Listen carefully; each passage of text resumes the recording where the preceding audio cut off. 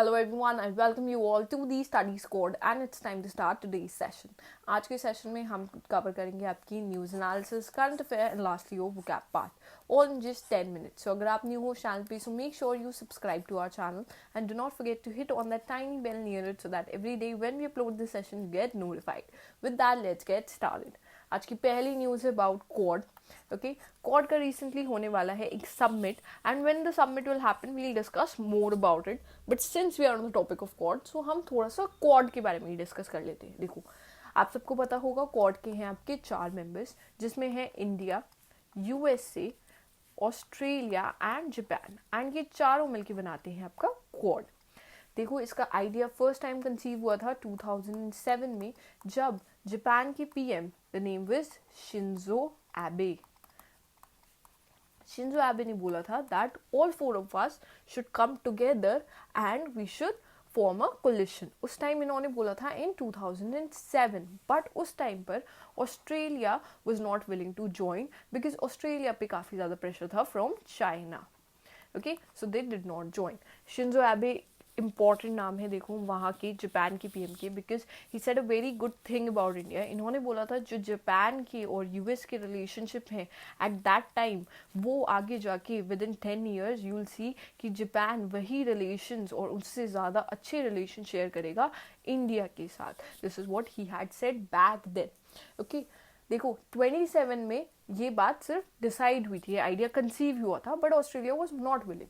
But उसके बाद में देखा गया आफ्टर 10 ईयर्स 2017 में आपका क्वाड फॉर्म हुआ और 4 of them agreed and they form their quadrilateral coalition. इन्होंने फॉर्म किया. ये इनका मेन एम है is to ensure and support the free, open and prosperous Indo Pacific region. ये चाहते हैं कि जो आपका इंडो पैसिफिक रीजन हो वहाँ पे फ्री ट्रेड हो, मैरीटाइम सिक्योरिटी रहे. This is what they want.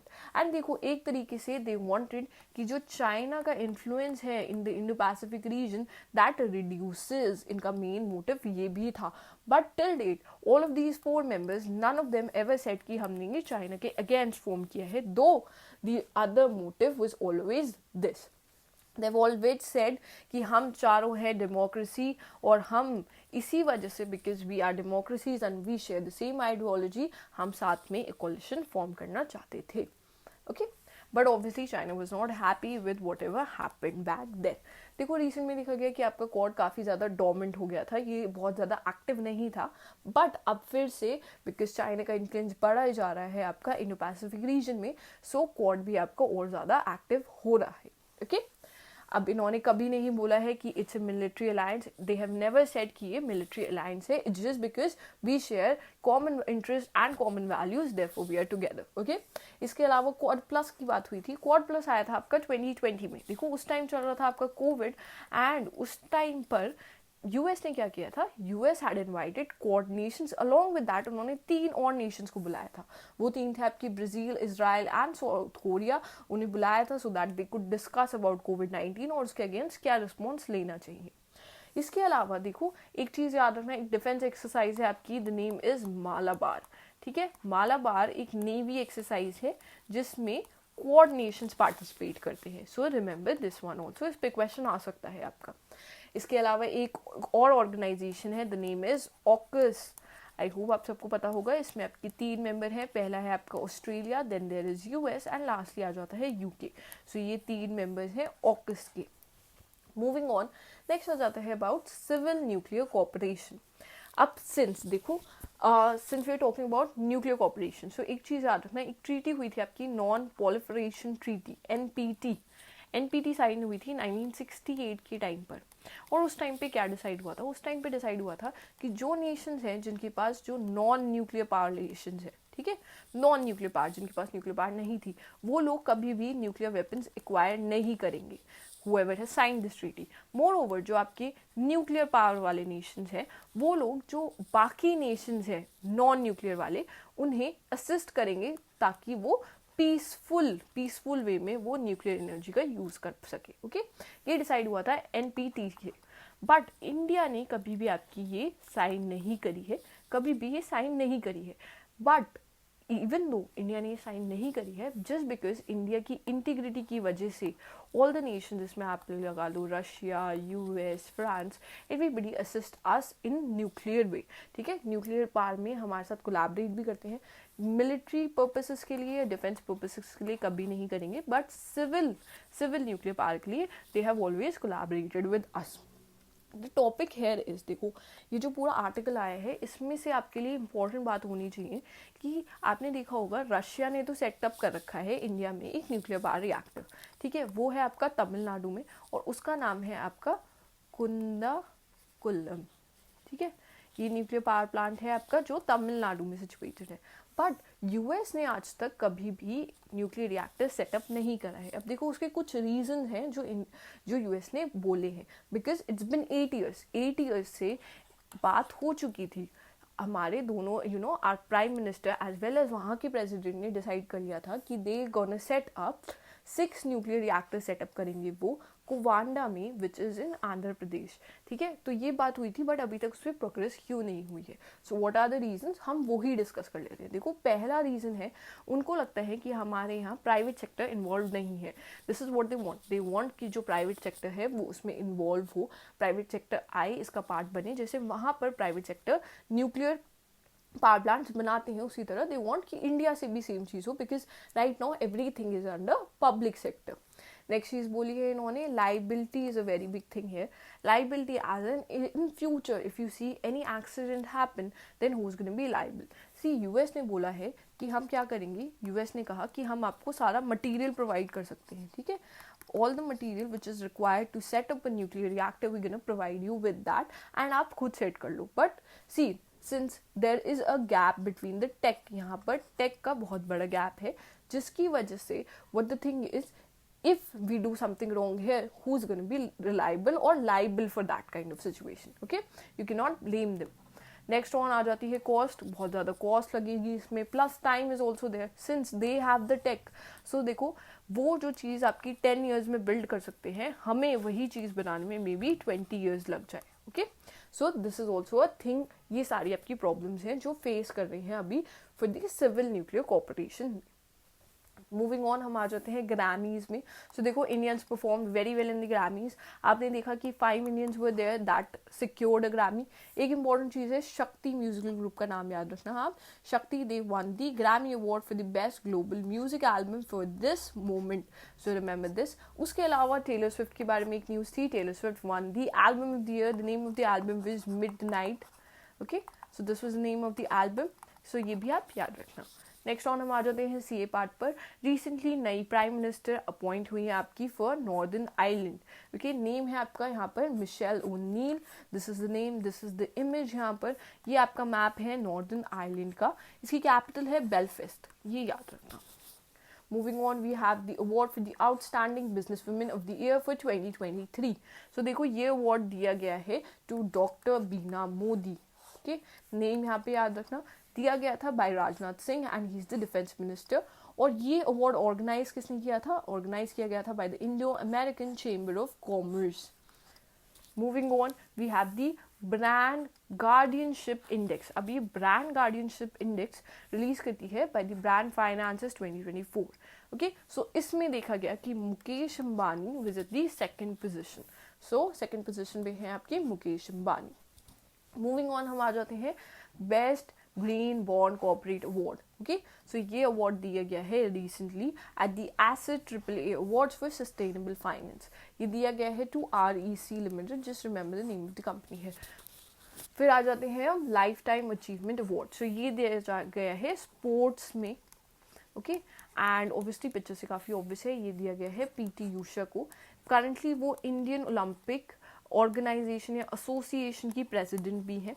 She has won 103 medals for us, so it's a great thing.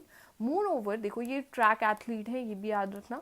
ये अवार्ड प्रेजेंट किया गया है by sports journalist federation of India as well as Delhi sports journalist association. लोगों ने साथ में recognise किया है इन्हें। नेक्स्ट ऑन आ जाते हैं सिविल एविएशन मिनिस्ट्री के ऊपर।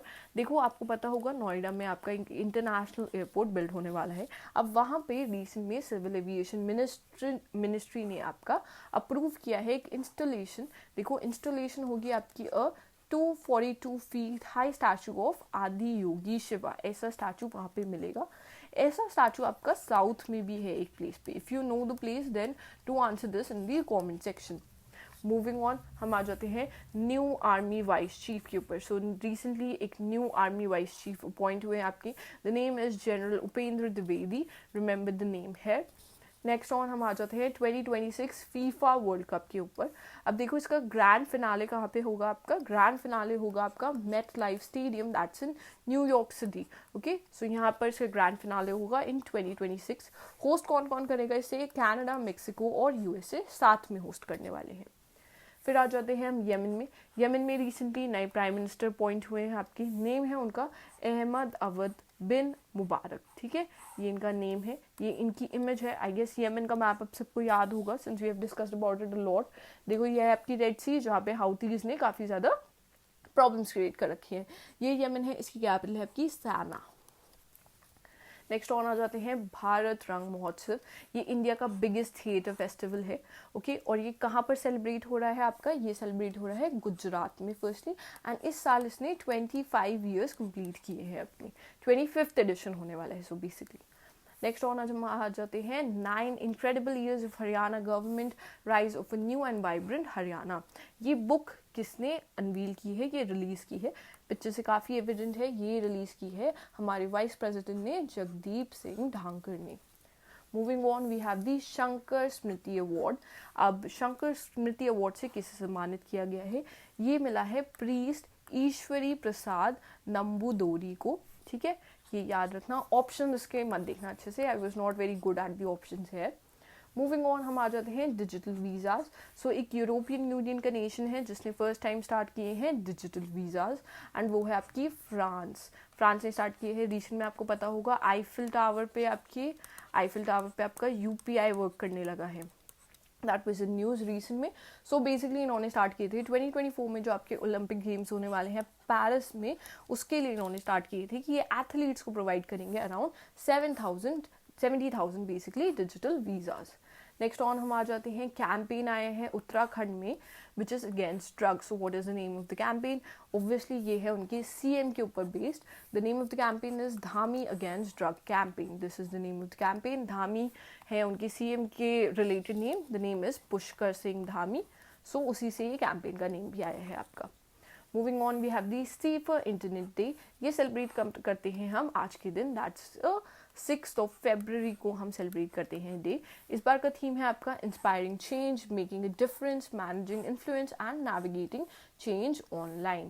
ओके, थीम्स इंपॉर्टेंट होते हैं।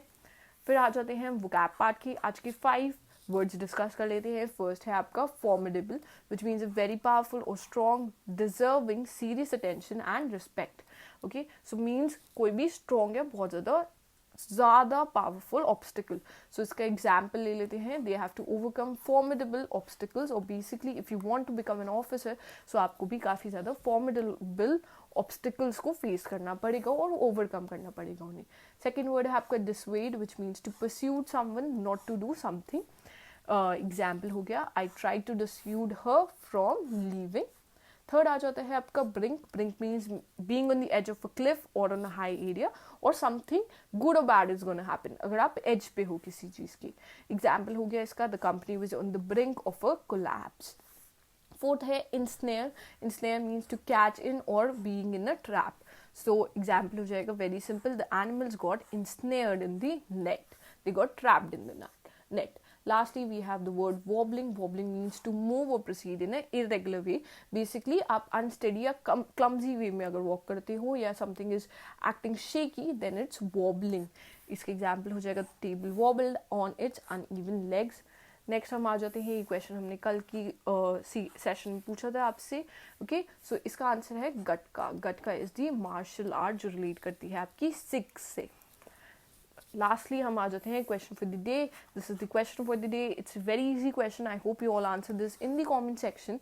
एंड अगर आपको ये वीडियो अच्छी लगी हो देन मेक श्योर कि you hit on the like button, you share this video with all your friends, and do not forget to subscribe to our channel.